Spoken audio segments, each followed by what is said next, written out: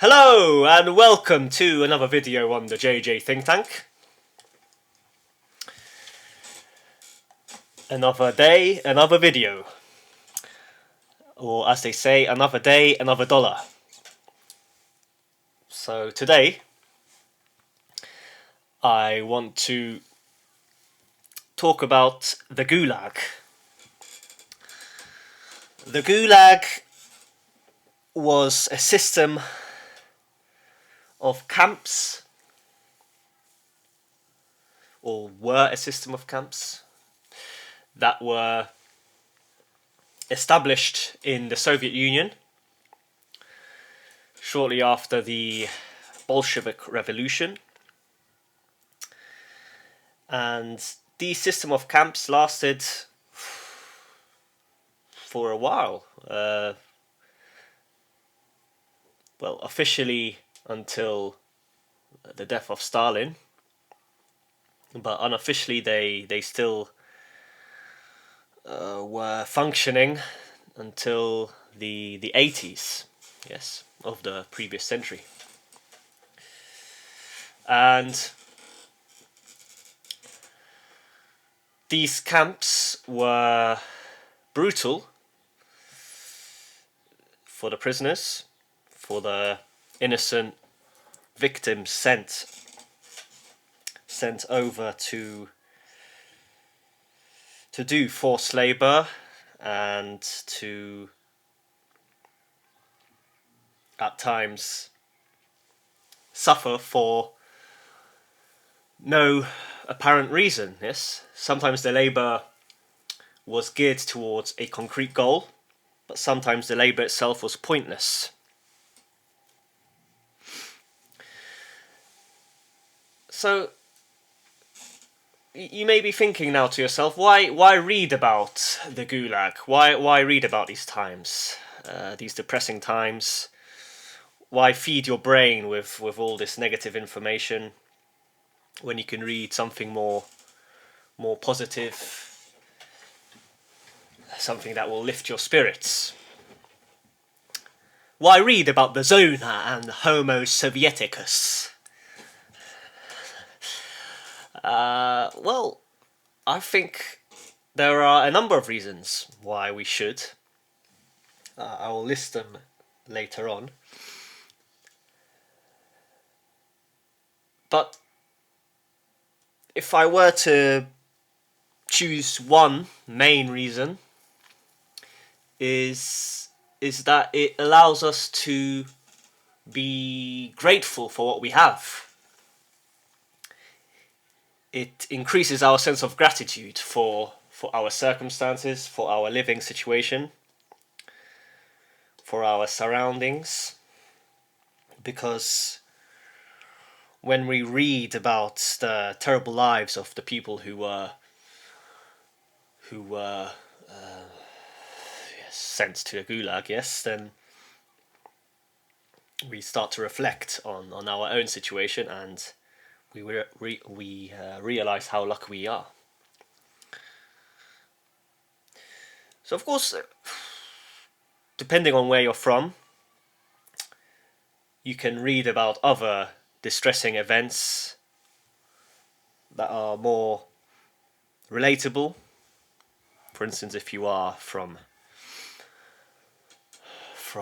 Africa, then of course reading about slavery will be more personal for you, yes, because perhaps your family was a victim of the times of colonialism and slavery, or if you are from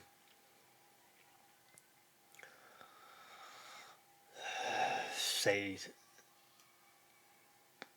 India as well, the same applies, or if you are from the north of England during the times of industrialization, conditions were extremely difficult. Even people from the south of England, from Englishwomen from the south of England, times were difficult as well during industrialization. We only need to read a bit of Charles Dickens to find out about the the extreme disparity between the rich and the poor during the Victorian era, yes, and when industrialization and the Industrial Revolution was at its height, yes, in England. But I chose the Zona and the Gulag because my family was personally affected. So my grandfather on my mother's side and his parents, they were sent to Kazakhstan, to the steppes of Kazakhstan, and they were just dropped off there with nothing really, no possessions. They were, yes, the as you can imagine, the steppe was barren. There was nothing there, just empty flatlands. Well, perhaps they maybe did have some possessions, because when the Soviets came to arrest them, they usually gave some time for the prisoners to bring some possessions. Yes, some clothes and some other key bits of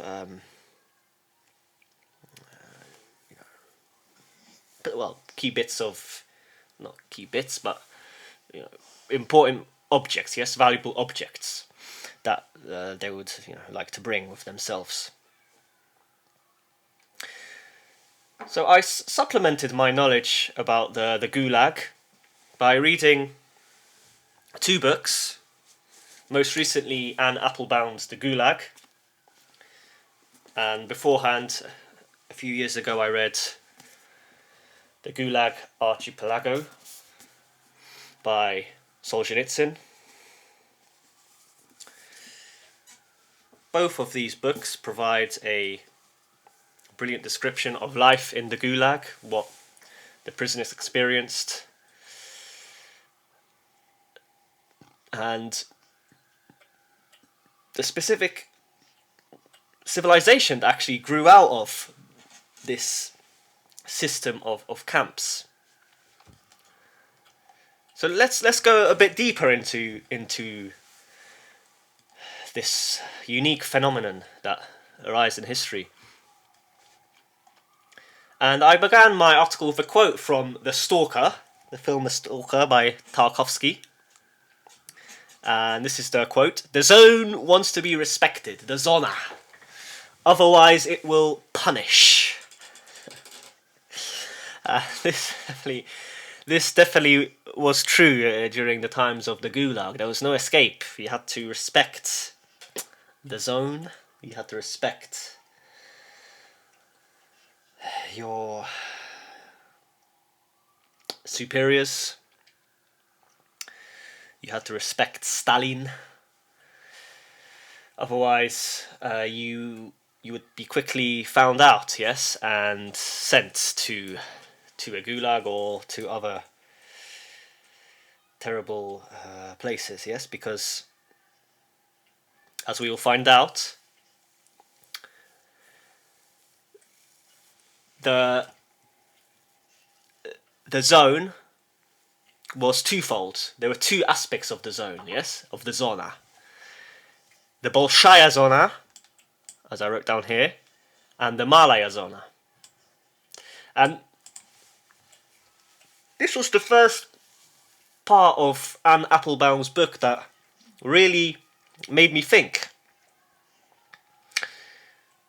Because the prisoners, in the use of prison slang, they referred to the world outside the barbed wire, outside the official gulag, yes, the camp, not as freedom, but, as I just said, Bolshaya Zona, or large zone, if translated into English, yes?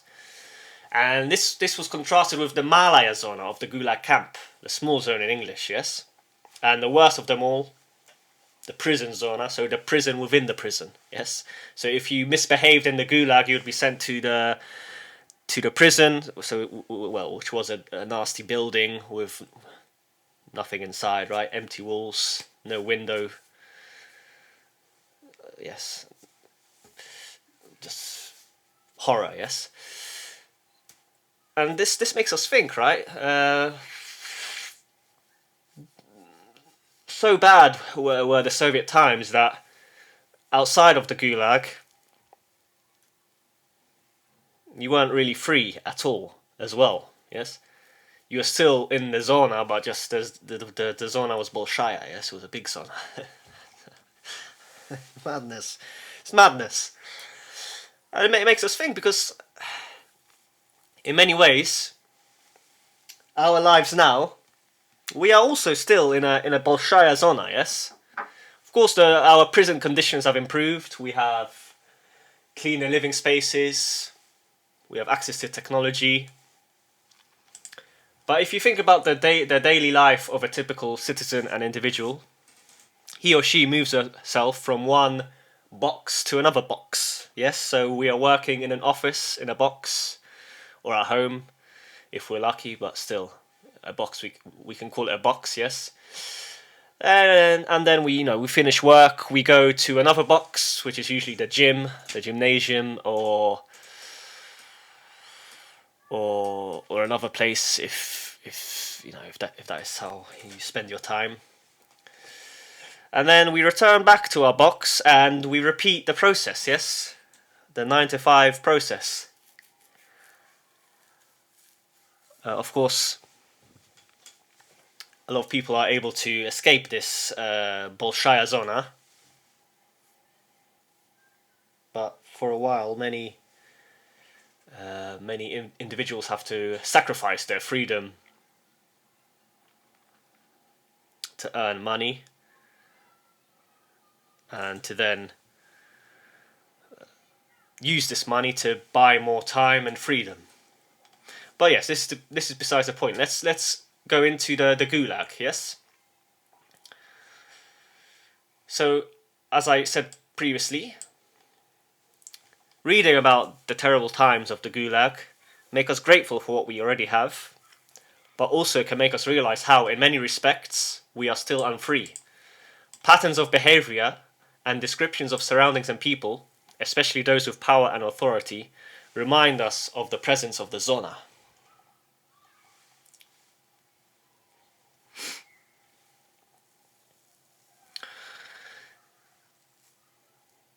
So the paradox about the Soviet Union and the Gulag is that when industrialization and urbanization was taking place in Russia and the post-Soviet states, during this time the system was perceived as terrible, as criminal, as against the individual, against the rights and freedoms of the individual. But once the Soviet Union collapsed, and we look at, in hindsight, at what this repressive regime was able to create, we have to also note how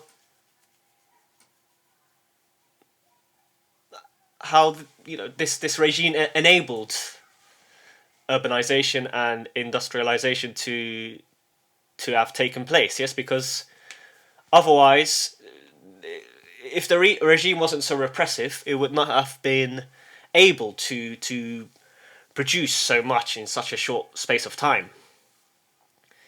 And in many ways, the people now living in the East, in Russia, and in Central and Eastern Europe, to a degree they are reaping the fruits of this process, yes? Because the Soviet Union allowed this rapid industrialization and urbanization to take place. So this is kind of a paradox, yes, we could say. And this paradox is brought to light by Evgenia Ginsburg. And this is what she wrote. How strange is the heart of man. My whole soul cursed those who had fought up the idea of building a town in this permafrost, thawing out the ground with the blood and tears of innocent people. Yet at the same time I was aware of a sort of ridiculous pride, how it had grown and how handsome it had become during my 7 years' absence. Our Magadan, which is the place that they built from scratch, yes. Quite unrecognizable. So this description shows why many people perhaps still have a soft spot for the Soviet Union, despite its terrible nature. Yes. So yeah, it makes us think. Yes, makes us think. And we should also, take this into account when we are analyzing the Soviet Union.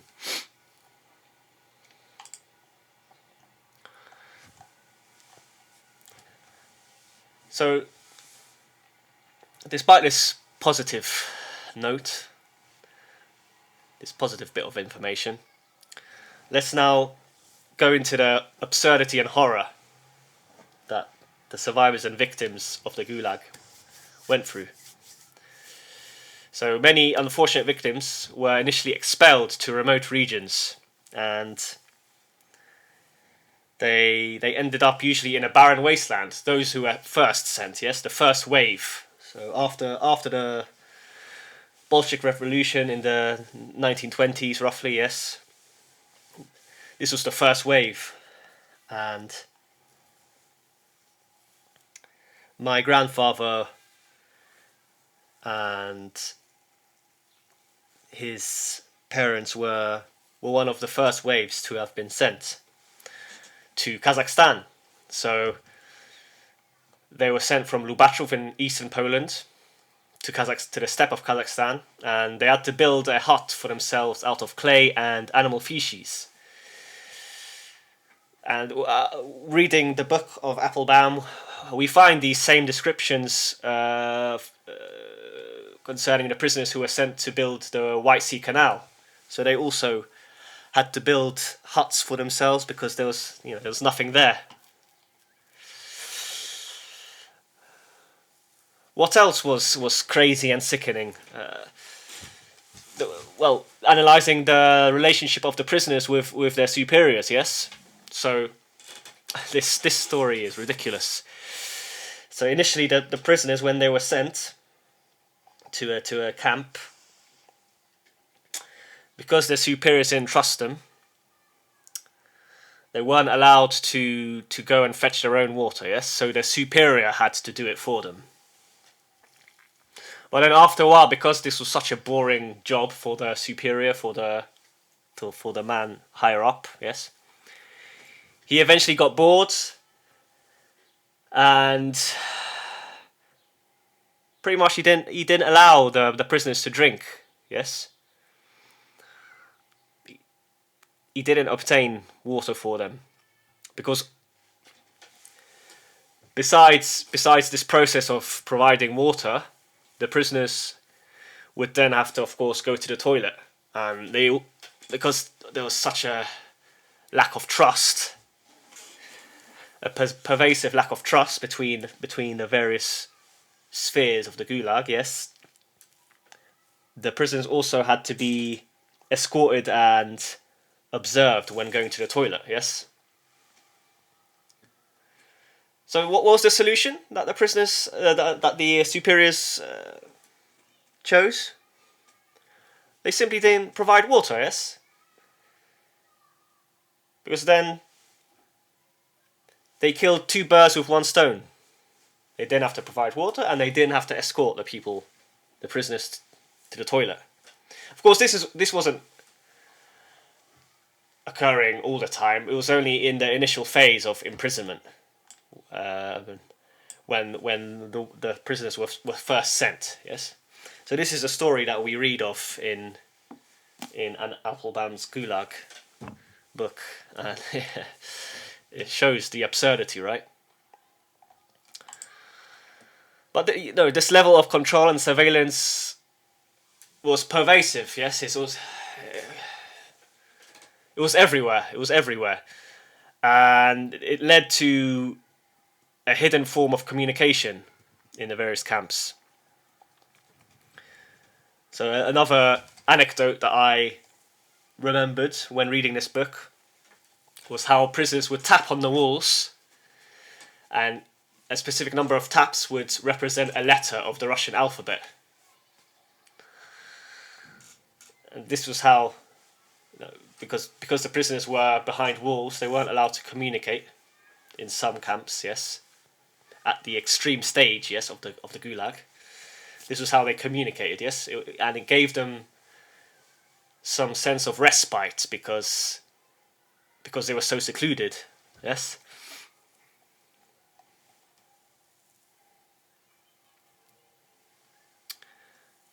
But it wasn't it wasn't only the prisoners who were controlled, yes, and surveilled. Their superiors as well were also observed because they had to fulfill various quotas, yes, and they had to prove to their superiors, probably back in Moscow, whether they did fulfill the output quotas. So, for instance, this amount of coal was extracted in a given period of time, and those in power in the Gulag, they simply falsified statistics to protect their position and to provide an image of productivity for their superiors in Moscow. And when I read this, I thought about GDP figures, yes? So it's my view that a lot of these GDP figures and these mathematical descriptions of the state of the economy, they're usually manipulated to provide a better image of what is going on, when in fact the economy or the economies of the West are crumbling when it comes to real productivity and real production. Yes. These supposed, positive forecasts regarding the economy, that the economy is growing. When we break down the numbers, when we look at what is the source of this supposed growth, it's based on just the financial sector and their manipulation of finance, yes, which is illusory. The economy, real growth in a given economy is based on production, yes, the production of more goods, more services, and so forth, yes.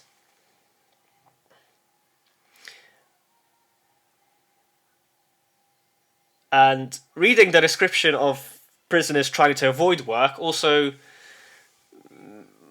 reminds me of how people in the West as well, they find ways to avoid work, by cutting corners at dead-end jobs, faking illness, sick leave, for example, during work, escaping into fantasy and dream world.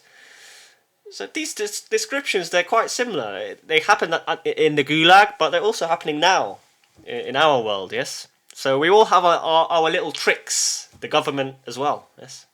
By manipulating economic figures and statistics. Of course, this is not to say that the Soviet Union and the economies of the West are exactly the same. The Soviet Union was much more tyrannical, but nonetheless the signs are there for all to see. And working at Amazon as a delivery driver made me realise that although I received a wage, yes, and some money, which wouldn't have been the case in the Soviet Union, the prisoners received a pittance, just some bread and some soup, which I'll show in a minute. But working at Amazon as a delivery driver, I must say I was a slave, yes, to an impersonal, tyrannical algorithm. So when I worked more, I actually wasn't rewarded with more pay or some bonus. No, I just received more parcels.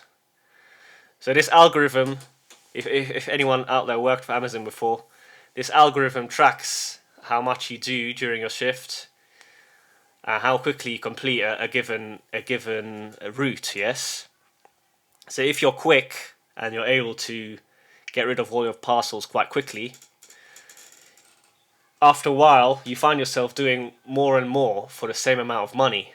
So instead of getting 200 parcels, 220 parcels, you start getting 300, 350.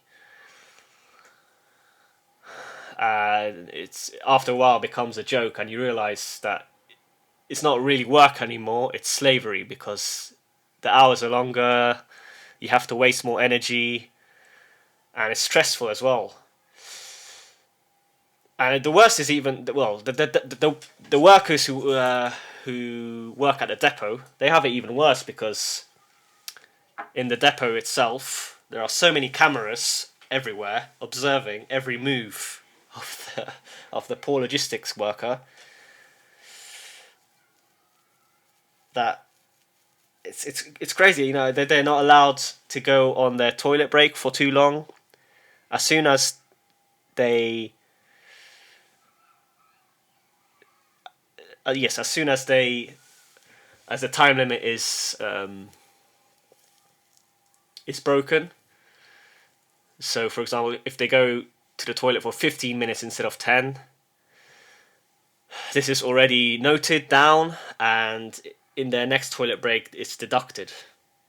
This is what I've heard anyway from people who work at the depot. Yes, and just in general, they're so surveilled and controlled that it's quite dystopian, really. So, you know, working as a driver, as a delivery driver, I had at least had the saving grace of, you know, feeling the freedom of the roads.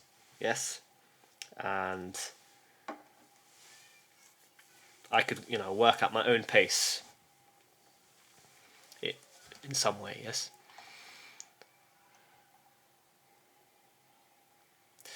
But yes, before I finish, I want to share some more anecdotes from the Gulag. So yes, returning back to the topic of food. So as I said before, the prisoners only received some soup and bread as their daily food ration. And the soup was a vile tasting soup, received only once or twice a day, and the bread, sometimes the prisoners didn't even receive bread, yes, but if they did receive some bread, it was so hard that it resembled a brick, and so small that it could be eaten in 2 bites.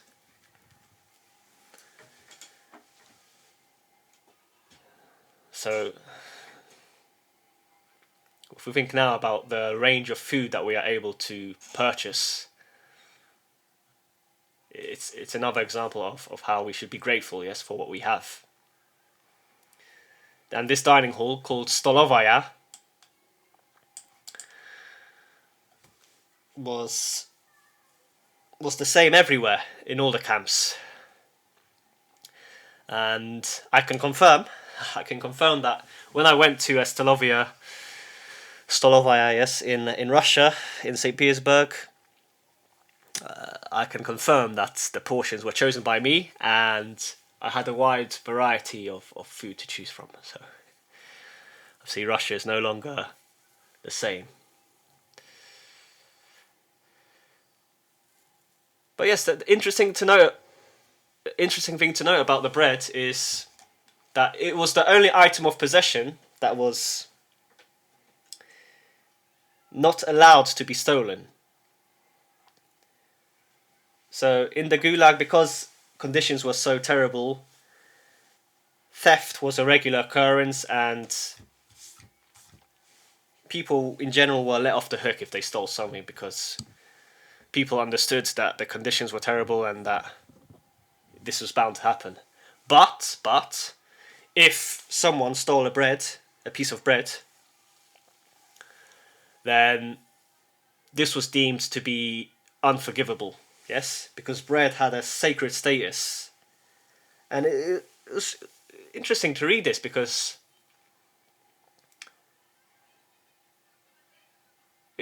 well, in my view at least, it reminds us of of Jesus and the body of Christ. Yes, which the bread, which is the body of Christ, and there is some link there, right? Some religious link, I feel, because the bread had a sacred status in the Gulag, much like the body of Christ, which is also bread. Yes, that is transmutated into the body of Christ.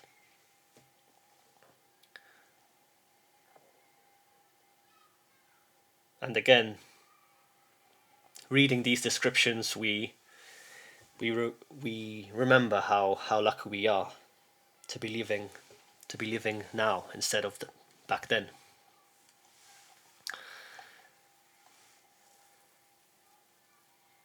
So before I finish, let's talk about the legacy of the Soviet Union and why it collapsed, so we can pin down the reasons for why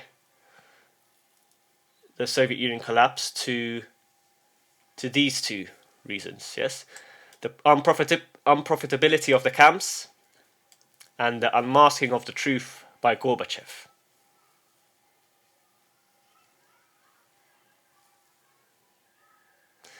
So once this pretense of functionality was destroyed, once the illusions were swept away by Gorbachev, it was only a matter of time until the Soviet Union crumbled. Yes, and this, of course, took place in the late 80s to early 90s. And thinking now about the Soviet Union,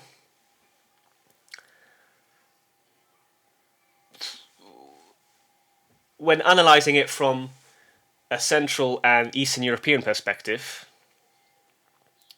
it's important to remember that the Soviet Union, in its perversity, it did not specifically target one race, yes, or one nationality. Everyone was affected. So Russians, Ukrainians, Georgians, Polish people, Poles, Germans, everyone, yes, Jews.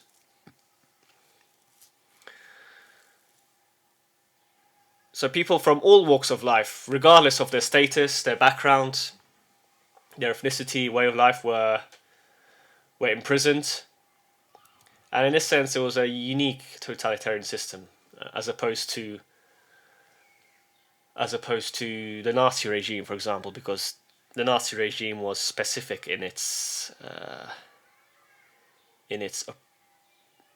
form of oppression. Yes, so it oppressed specific ethnicities, namely the Poles and the Jews. Yes, but the Soviet Union was not like this, and for this reason, I feel that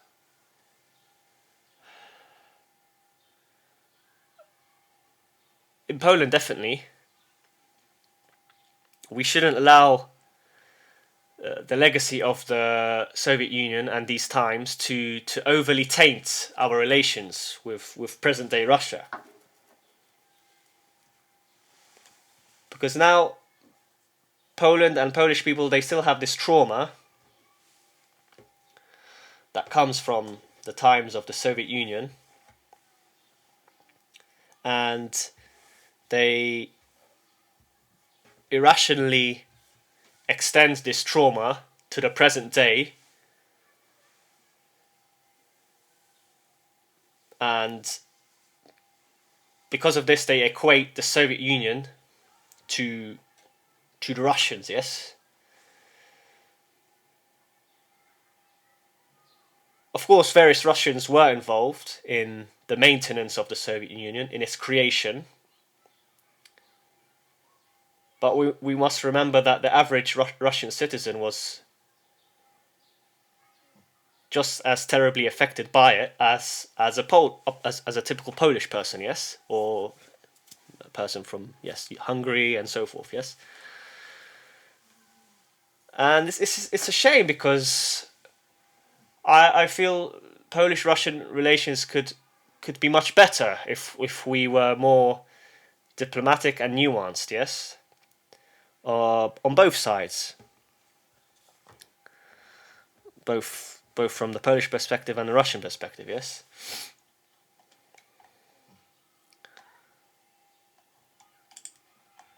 And let's hope this changes, yes. Well, already we can see the narrative changing in Hungary, in Czech Republic and Slovakia. Well, maybe less so in the Czech Republic, but Hungary and Slovakia definitely, they're overcoming the Soviet Union, the times of the Soviet Union, the trauma, yes, they're overcoming it. Whereas in Poland, this hasn't really taken place yet, I feel, analysing, the situation. So I think that's all for today. Just trying to see if there's anything I missed out. No, I think that's all really. So I hope you enjoyed the video. I hope you found something interesting while watching. Let's hope that tyranny will not rise again. And the only way to avoid the rise of tyranny is to study history and remember history. This is the main value of historical research and engaging in history, yes. And I'll end my video with this quote by Anne Applebaum. So this book was not written so that it will not happen again, as the cliche would have it. This book was written because it almost certainly will happen again. Totalitarian philosophies have had and will continue to have a profound appeal to many millions of people. Perhaps she is right. Perhaps she is right. Let's hope this is not the case. But yes, don't forget to like and subscribe if you enjoyed the video. And I'll see you on the next one.